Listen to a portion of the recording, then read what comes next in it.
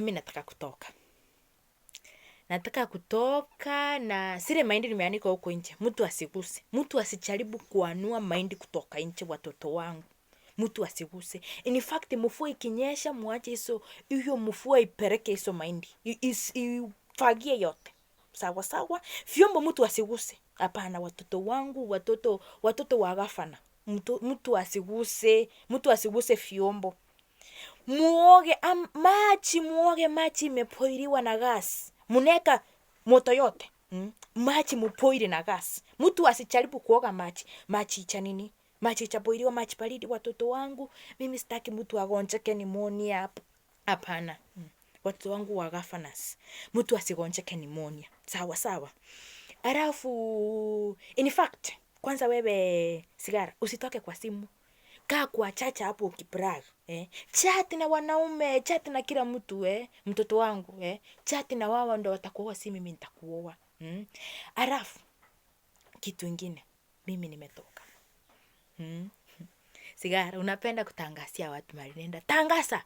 Mtu yote akikuuliza muambie nimeenda harusi. Muambie nimeenda harusi. Ambia kila mtu nilikuwa nimevaa kiatu mpya. Ambia kila mtu kiatu nilikuwa nimevalia. Ambia kila mtu nimeenda harusi. In fact chukua kitabu, fanya hivi, unajua vile kitabu unaweza fanya. Chukua kitabu, ikunje hivi, ikue microphone. Simama kwa kipuyu ama kwa mti, tuko na miti mingi huku. Simama kwa mti, tangazia kila mtu mama ameenda harusi. Mama ameenda Nyangi harusi. Sawa sawa? Tumeelewana. Na mtoto wangu mtu asijali, msioge kwa hii nyumba. Msioge. Mtu asioge tafadhali. Na kama kuna mtu anataka kuoga, mtu aoge maji moto ametumia heater. Heater stima ni mimi. Mimi nafanya kazi kwa Kenya Power by the way.